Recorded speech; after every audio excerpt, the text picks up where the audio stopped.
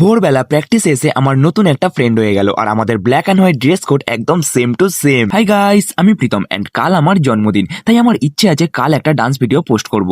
সেই জন্য ভোরবেলা উঠে প্রত্যেক দিনের মতো চলে গেছিলাম ডান্স প্র্যাকটিস করতে। আর কাল যে গানে আমি ডান্স ভিডিওটা পোস্ট করব সেটা গুরু রান্ধাবার রিসেন্ট সং।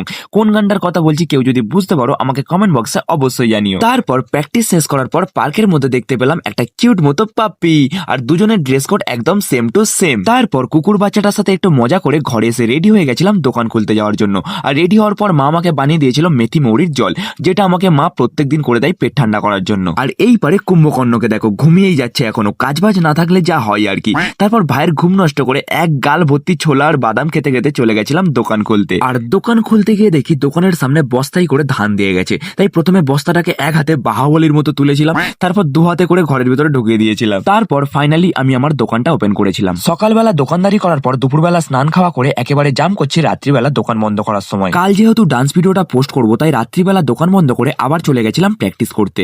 আমি জানি তোমরা অনেকেই আছো যারা আমার ডান্স ভিডিও দেখতে খুব ভালোবাসো, আর আমার ইচ্ছেও হয় যে সপ্তাহে অন্তত একটা করে যেন ডান্স ভিডিও পোস্ট করতে পারি, কিন্তু আমার দোকান থাকার জন্য আমি এই জিনিসটা করে উঠতেই পারছি না, তাই আমার ডান্স ভিডিও পোস্ট করতে এতটা লেট হয়। কিন্তু আমি এবার থেকে খুব চেষ্টা করব যেন সপ্তাহে অন্তত একটা করে ডান্স ভিডিও পোস্ট করতে পারি। আজকের মতো ভিডিওটা এখানেই শেষ করছি। ভিডিওটি ভালো লেগে থাকলে লাইক কমেন্ট শেয়ার করতে ভুলবে না। দেখা হচ্ছে তোমাদের সাথে কাল জন্মদিনের নতুন ডান্স ভিডিওতে। Till then by.